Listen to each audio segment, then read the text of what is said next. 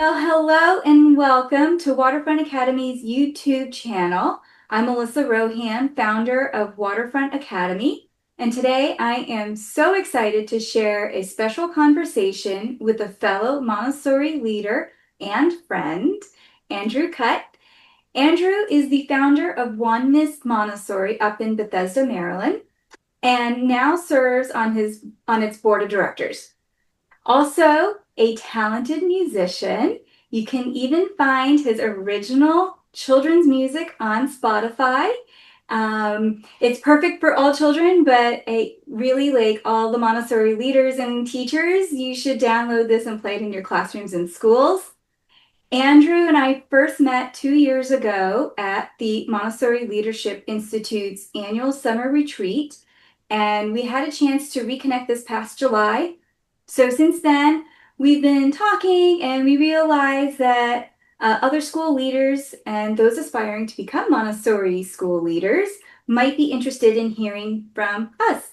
We're each at different stages in our Montessori journey, bringing unique perspectives, but we both share the same admiration for the Montessori philosophy, and I admire Andrew's work. So I don't want to forget, I want to give a heartfelt shout out to Kathy Minardi of Whole School Leadership. It's because of her vision and her leadership in creating this incredible program that school leaders, who often find the work can be lonely, are able to come together, learn from one another, and enjoy true fellowship. So with that, let's start our conversation with my friend, Andrew Kutt. Thank you so much for Hey, joining me. so happy to be here, Melissa. I really and truly am, especially since we are colleagues and we are neighbors and we are from sister schools. So Yes. I couldn't be happier to join in a conversation with you about what it's like to be a school founder and all the journey that comes with that. Yeah, no, I'm very excited about this. So today I actually had a tour and I tell a little bit like my hero's journey, right? Like how did I start the school? So what is your hero's journey? What prompted you to be a founder of a school? So it's always a little tricky to know when to start that story. But I'm going to start in grad school. I was at the University of North Carolina, Chapel Hill, in graduate school for literature, and I had traveled. I had lived actually in Europe for 3 years, 1 year in France and 2 years in Germany, which was an incredible experience and maybe a story for another day. But in graduate school. I realized I didn't want to become a professor, although I loved what I was learning. It seemed to be just a little too far removed for me from the real world, so to speak. And at that time, I also started practicing yoga and meditation pretty seriously.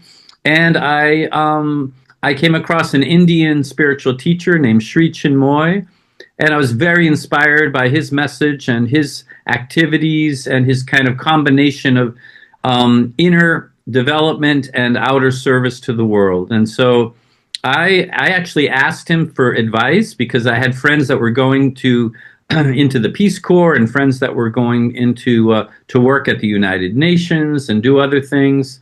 And I said, well, what should I do? Here I am, 20, 25-ish years old. And so he meditated and he sent a message that to me that maybe the best thing for me from a spiritual point of view was to get involved in education, and that maybe someday I could start a school. And that whole message came to me and kind of was like, what? Oh my God, this is wild, because I didn't really have any experience teaching young people. I'd never thought about starting a school. I did have a lot of fondness for education, and I had taught students at high school level and college level. So I sat with that a little bit, and then I started exploring pathways to get involved in education, to explore like, wow, is this something I really would want to do? And so I I explored the Waldorf system. I explored Quaker schools and other educational methodologies. And I heard someone told me about Montessori, And this was long before computers, if you can believe it. So somehow I ended up on the phone from North Carolina to Washington with Tim Selden. And Yeah, Tim's mother was the founder of the Barry School in Silver Spring, yeah. just north of us here. And so I get on the phone with Tim, and he could not have been kinder or more gracious. And we talked, it seemed like an hour and a half or more. And in the midst of that time frame, he really inspired me, told me the story of Maria Montessori, told me his own Montessori story, told me how he became a leader of a school. And all of it was very energizing to me. And by the end of the call, he had pretty much inspired me to go to do a training in Washington. So within a matter of, gosh, it seemed like just just a couple weeks, I was packing up my '69 Chevy with that had no air conditioning, and I remember driving up north with my basketball and my guitars and a few other belongings, and I started training with Tim at the Institute for Advanced Montessori Studies. I met some amazing people there, which is a whole other story.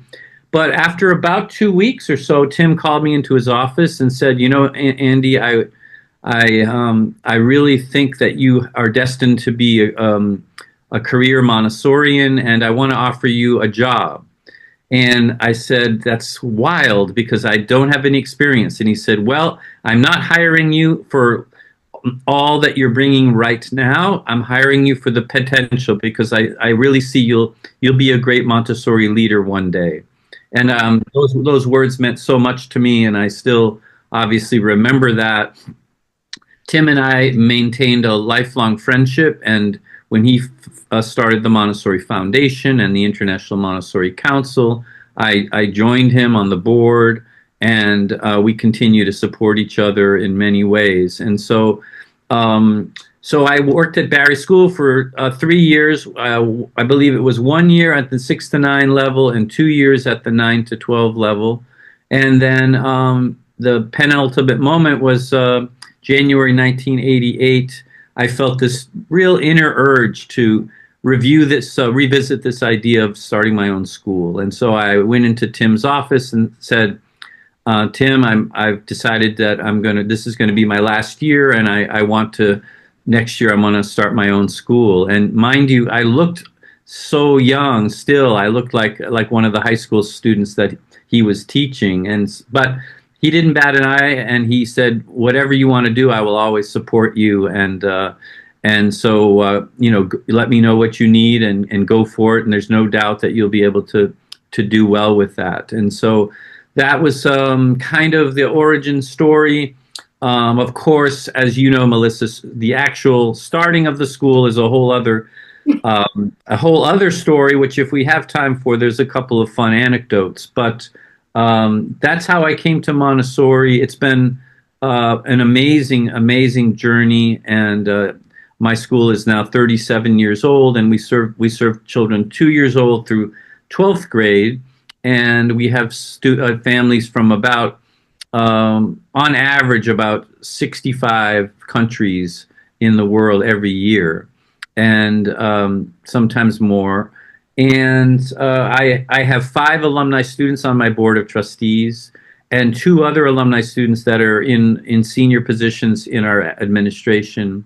And we might break a record this year. I think we're going to have 4 or 5 alumni families who will be sending their own children to the school. Oh, So that's beautiful. things come full circle. So thanks for letting me share that. It's hard to condense it down, right, to a few sound bites. So No, no, no. I um, think so. we've got, as much time as that you can give me is the time that I have. But what about Um, you? I don't know that I ever really heard your story. So well, I didn't hear yours. I heard some of it, but I never heard all of this. I'm like floored over here because one, it's kind of funny because I'm going to tell my story and it's a very different story. But two, I think that well, let me just say that I find it fascinating when when I hear these stories, because they're all very different, but we all come to the same place. And I think that the heart is always at the same place, regardless, like, and the amount of determination. And it's so inspiring to see that kind Yes. of um, discipline, that kind of heart that goes into it. And I think that's the inspiring part. So let me just say this. If this is kind of funny. My dad still, but was and still is a an avid reader. He reads a lot. He reads always. And in the 70s, he read about Dr. Montessori and said to my mother, his, his wife, we need to do this for our children. And so my mom became a Montessori teacher, and so my family was a Montessori family in the 70s. And so when I went to college, I can say, and I'm sure that this is, and I've talked to other Montessori students, the experience is vastly different from a child or a student who didn't go to Montessori. It's a vastly different experience. And back then, when I would tell my peers that, yeah, I went to a Montessori school, they looked at me like I went to a commune, like I lived on a commune or something. It's so different, right? And and so then you fast forward. So I had every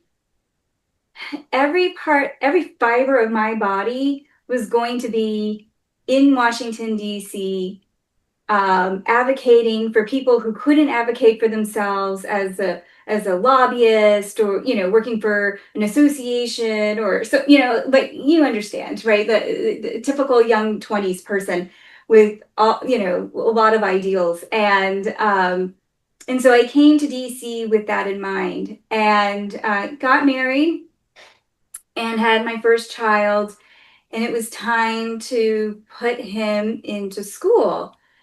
And I didn't like the options. I didn't love them. And so I ran for school board, right? Because that's what I knew. And right here in Washington, D.C., I ran for school board, and I was pregnant with my second. And so everybody would say, I can't believe you're running for office and you're pregnant. I mean, I was explosively pregnant, like, really big, and I'm door knocking and everything. And I had the youngest one in a stroller, and I knock on doors like that, running for school board. And I didn't win. I didn't win. And I think that, like, when you have a failure, that's how we learn, right? That's, as Montessorians, we know that that's how we learn, is through failure. And hopefully, right? Hopefully you learn from your failures. Hmm. And I had gotten a lot of people interested in supporting me. I had a lot of people who were giving me a lot of food for thought. And somebody had said to me, they said, "Why don't you just start your own school? You have a vision." And honestly, he said that. I took it home and talked to my husband about it, and with his support, we I started a school. Now, it was a blank canvas, and so um, I did a lot of research. Like you said, you went to Waldorf and you studied all these different things. I did the same thing, and because I really, like, coming out of college, I was like, no, just, I'm not going to drink the Kool-Aid, right? Right.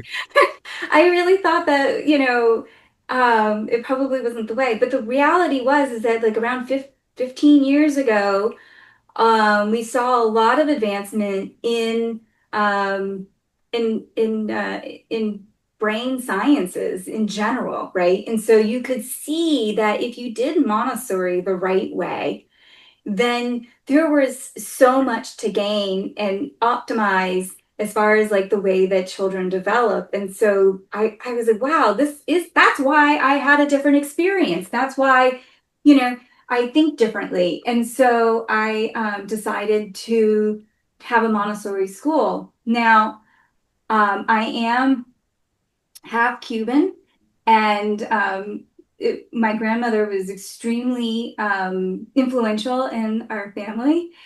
And I remember when she passed, when I was 14 years old, I specifically told her that I was going to make sure, and I promised her I was going to learn all the Spanish and be able to speak Spanish because she always used to say, "Aprende español, Melissa," you know. And so I would always, so I'd carry that, and so I promised I would do that, and I promised that my children would learn Spanish as well. So here it was, and I was like, okay, it has to be a Montessori school because that means the most. That's the best outcome, and it has to be Spanish immersion because I made this promise to my grandmother.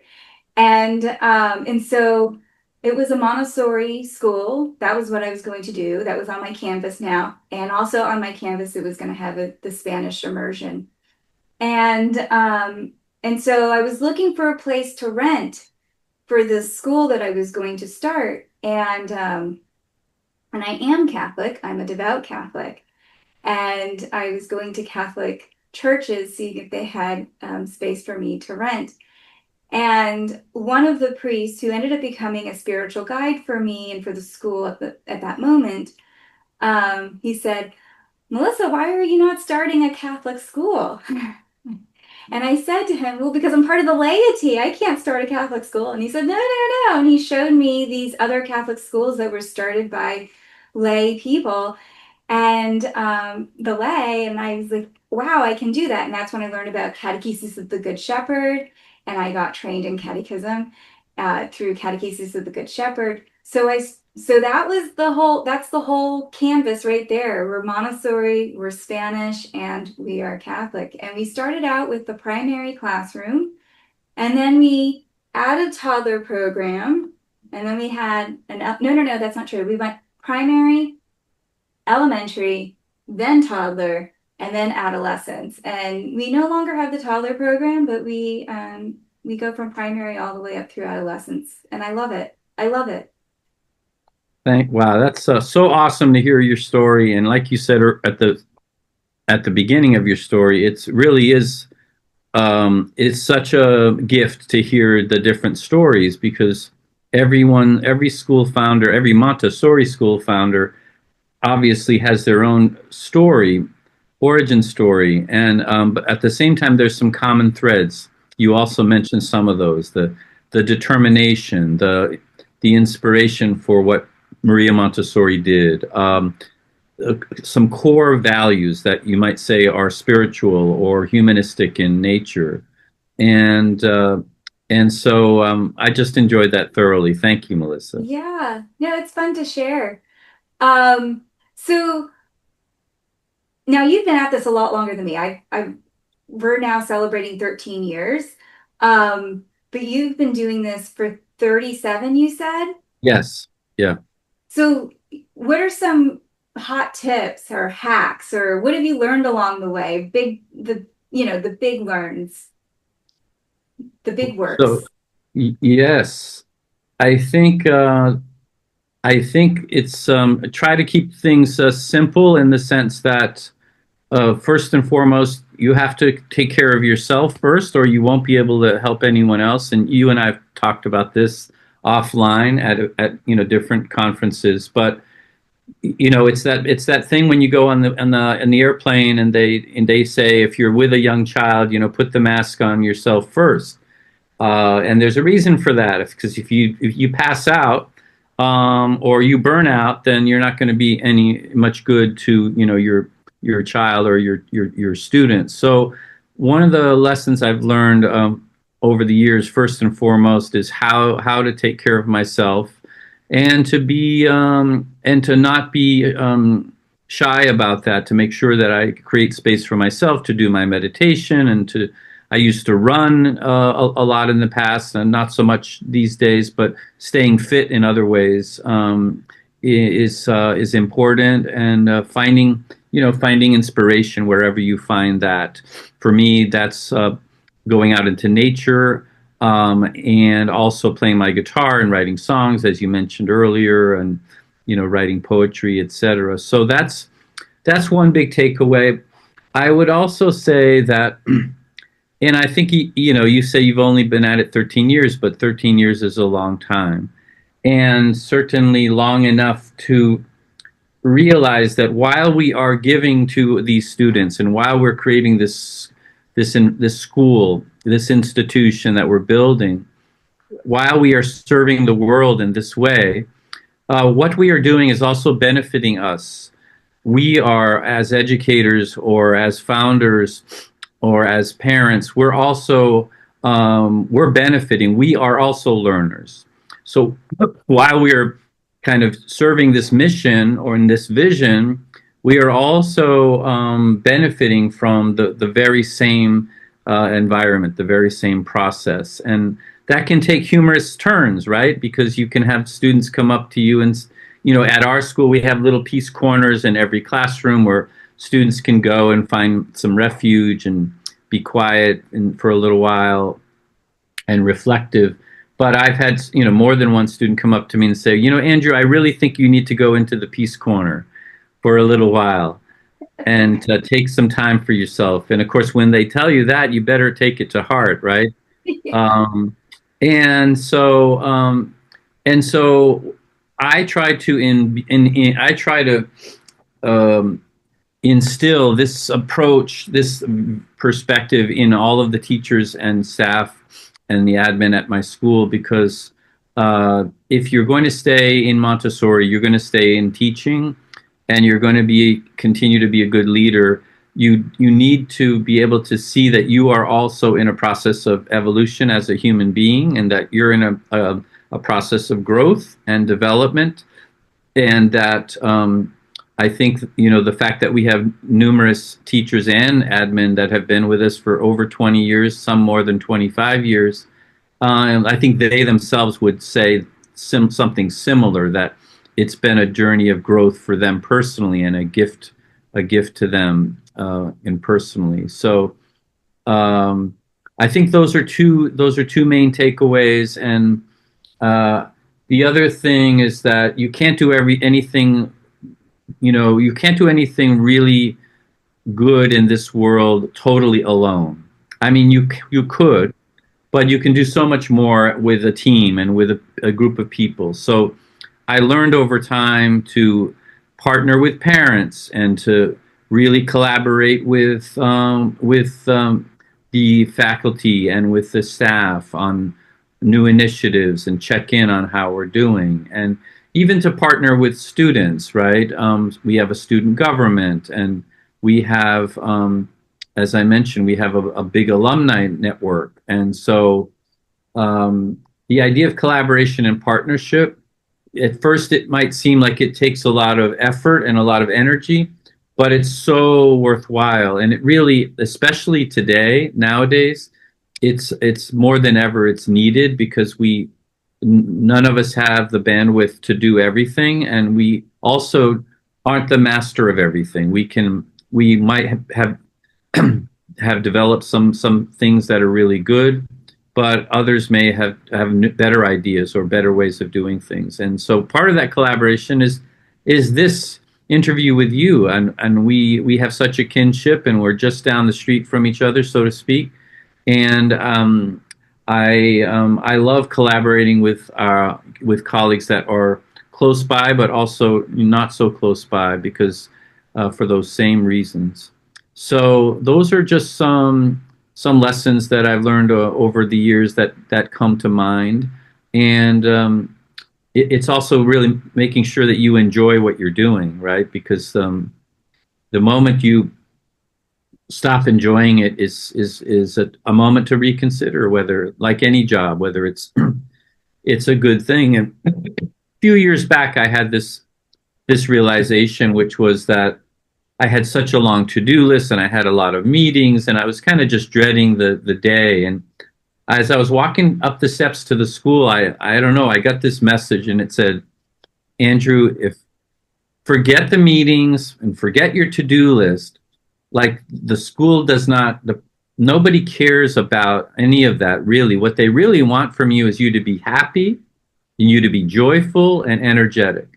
And I took a deep breath and I went into the school. And from that day, I try to remember that ultimately what the school needs of me is for me to be happy.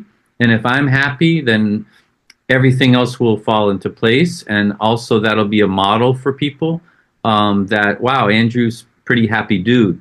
He must be doing something right in his life. So that's can be inspiring, you know. So with that, what about you? You're always so full of ideas and energy and optimism. I'm curious how that has happened for you, and is that through your faith? Is that through your work? Is that through family? And what are some of the lessons that you've learned over time? Yeah, that's actually a really good question. I think that part of it is certainly my faith. I think, you know what? Actually, I just had this conversation with the adolescent teacher yesterday, and he was asking me about, when you're in adolescence, it's not as it's not as clear cut as in primary and elementary with the albums. It's not. And so he was asking me about some of the subject areas in the adolescence classroom. And I said to him, being a Montessori teacher is an act of faith. And that is what makes it so different from every other type um, of education. And and I believe that faith is gives me courage. Like you can't have courage without faith, right? And I get that through being Catholic. I think that like any spiritual, I'm assuming here. I've only been Catholic, but I'm assuming that regardless of what your religion or what your spirituality is, because of that, because as humans, I think generally speaking, we are spiritual. If we turn away the spiritual, it still finds us in some way. Like we're still worshiping something, right? And and I think when you do have that strong faith, you can take those leaps of faith. And I think in Montessori, it does require a certain level of that faith. And I say that because we teach on a 3-year cycle, right? And so when you have a new teacher, sometimes they start getting a little anxious because they're like, what if I don't teach them everything? You know, I'm sure Yeah, you've seen that before in a young teacher. yeah, And you have to share with the new teacher and with parents that because parenting is also an act of faith, and you have to share with them that children are going to learn because we're human and humans learn. We learn, and so even if I did nothing, the child is going to learn. I would not feel comfortable with that. That would not feel good to me. But I do know that if a child is struggling today on something, it doesn't mean that they're not going to get it eventually. And I have that faith. And so because I have that faith, I can help, I can I can try different ways. I can move on and come back. I There's so many different things that I can do and the child will learn. The child that happens. And so for an anxious teacher in this case, yesterday it was an adolescent teacher that I was talking to. It was like you don't have to worry. You just have to follow the child. That's it. That's all you have to do. And so I think we all have that. And I probably tap into that faith a little bit more because um, it's not all sunshines and rainbows, right? yeah, I mean, yeah. that's life, but it's also running a school, right? And I imagine it's a lot of other things. I think running a school carries a lot more liability than a lot of other professions. And so that is weighs me down a little is the amount of liability, as it should, right? If I didn't take that in consideration, I don't think I should belong here, right?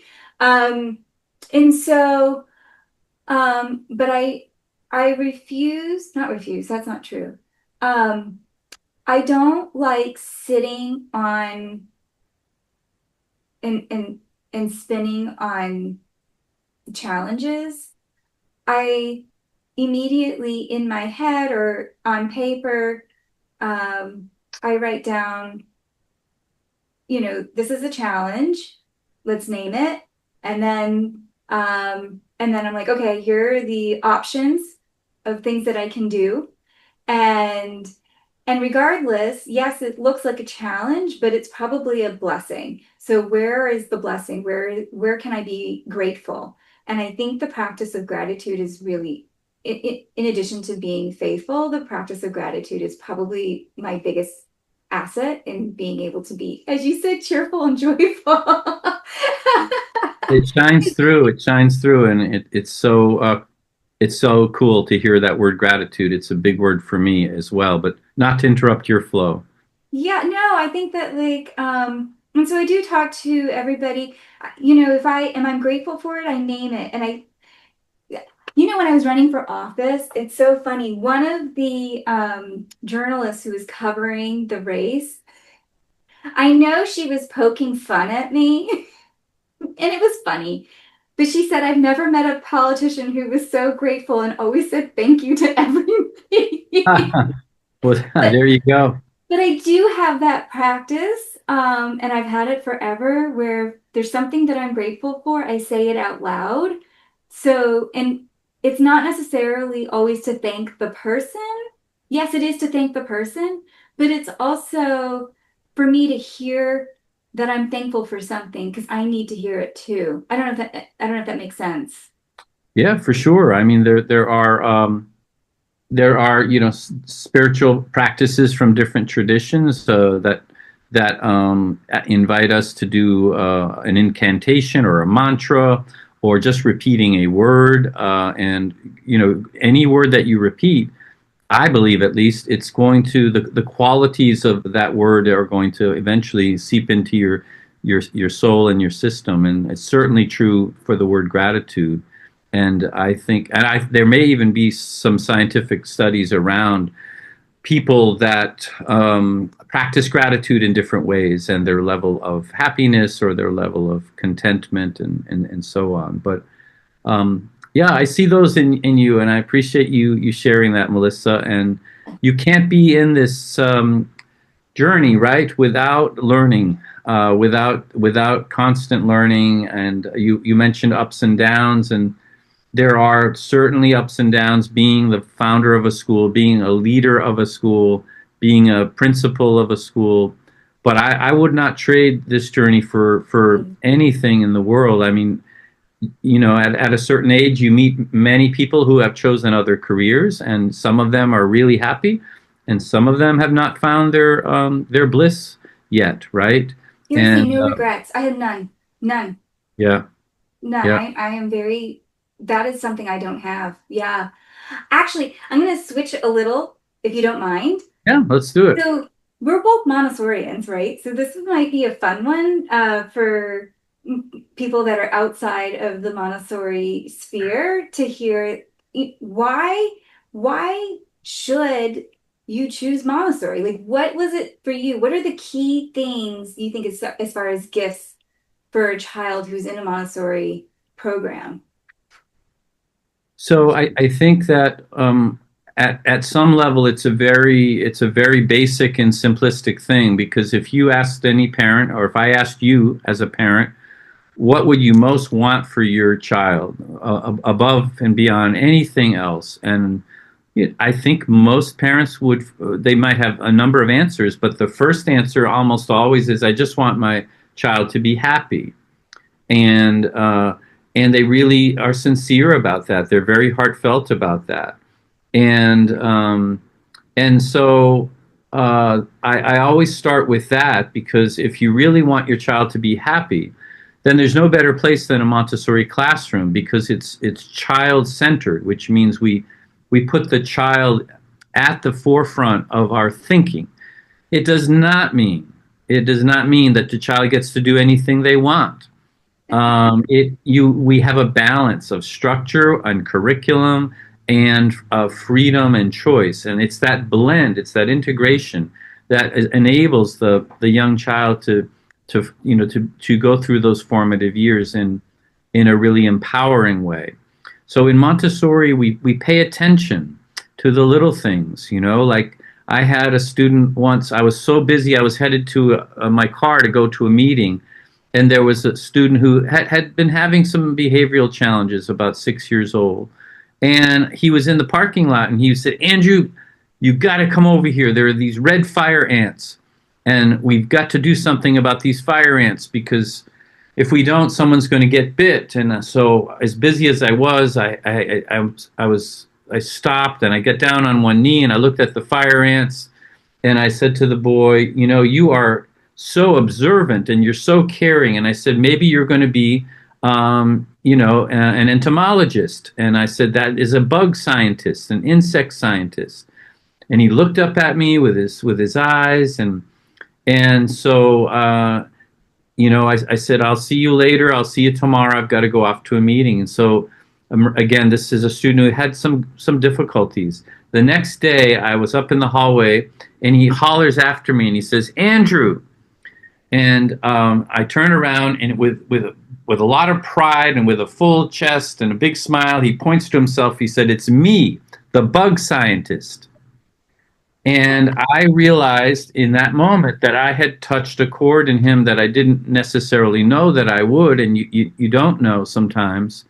But I touched a chord in him that was very, very meaningful. And I certainly have had enough students over these years that have told me at a young age what they're going to be when they grow up and have gone and done that I have no doubt that student who saw those fire ants has become a biologist or a scientist. And so it's that paying attention to these kind of these delicate and subtle things in the child, and encouraging them to find their passion and find their way, encouraging them to do things because they want to do them, not to please a parent or to please a teacher.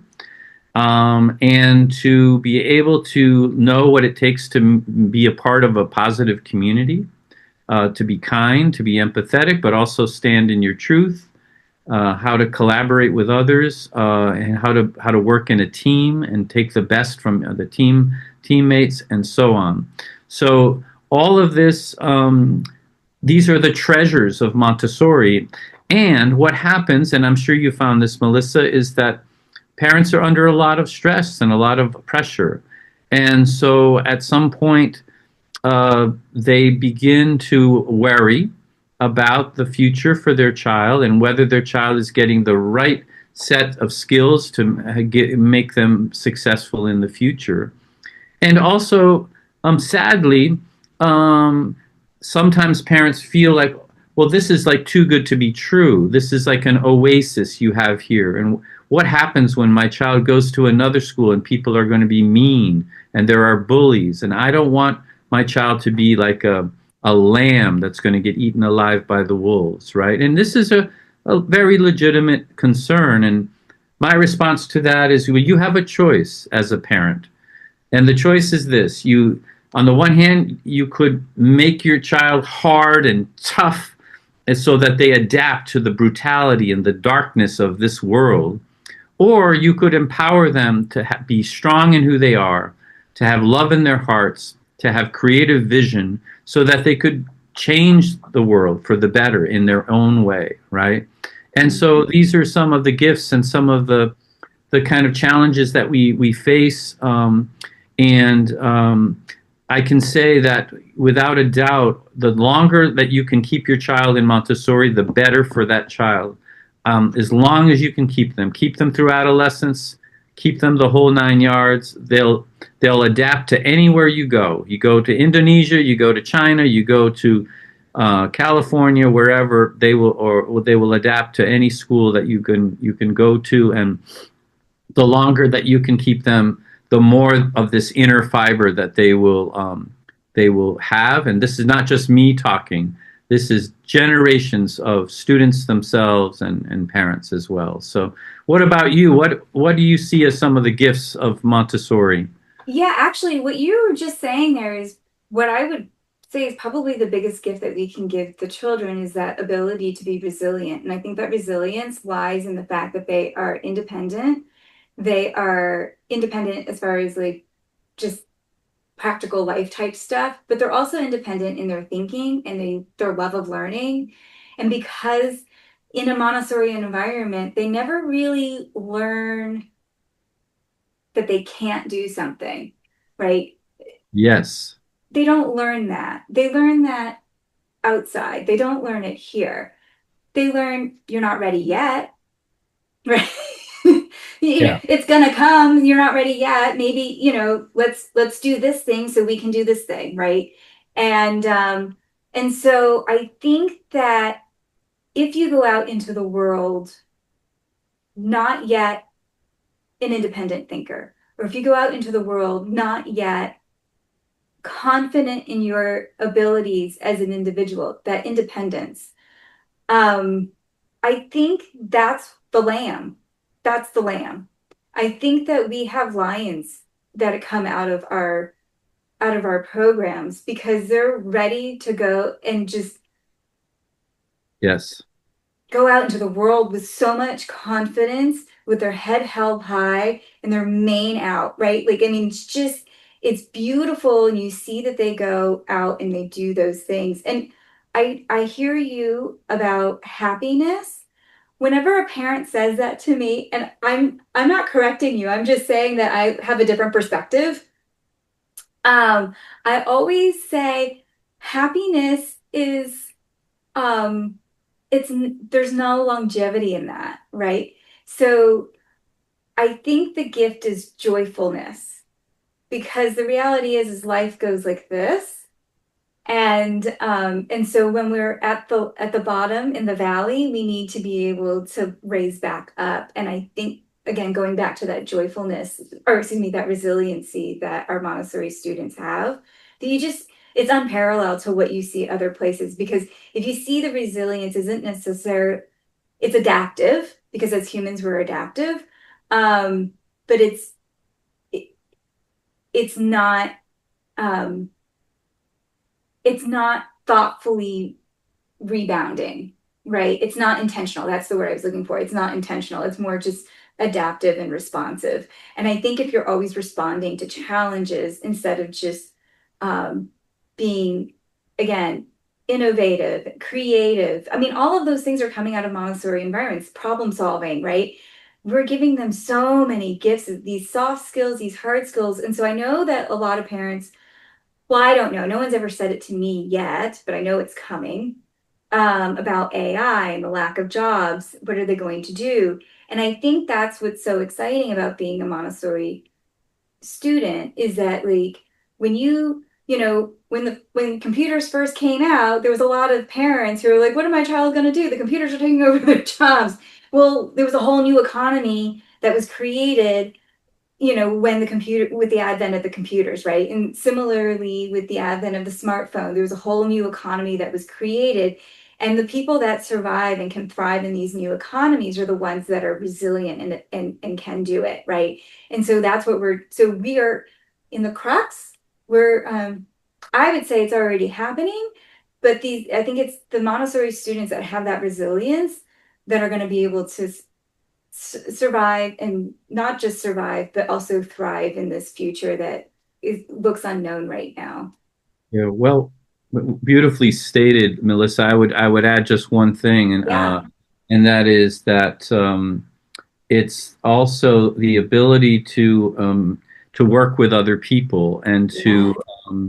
it's an interpersonal kind of intelligence you gain students gain in Montessori by virtue of all the opportunities for practice that they've had to do that. So it starts with very basic things like peer-to-peer learning, which is a fundamental aspect of Montessori in the classroom, but it extends to doing projects and team presentations and uh, I remember the first time that I saw middle school or Montessori students doing a team presentation, and where they had to make sure that they were incorporating some creativity, and they had to make sure that they were getting their facts right in the presentation. That each person in the team had a role. But the thing that blew my mind the most, after their presentation, standing there in front of their peers, in front of teachers and special guests, including their parents, they said, "Here, ask us some questions, and then when you're done with the questions, tell us what we could have done better." And they themselves might lead that conversation and say, in real time, this is what we could have done better. But you also give us some feedback, and that is such a high level of skill that you and I both know very few adults are capable of. Certainly not at the start of their career.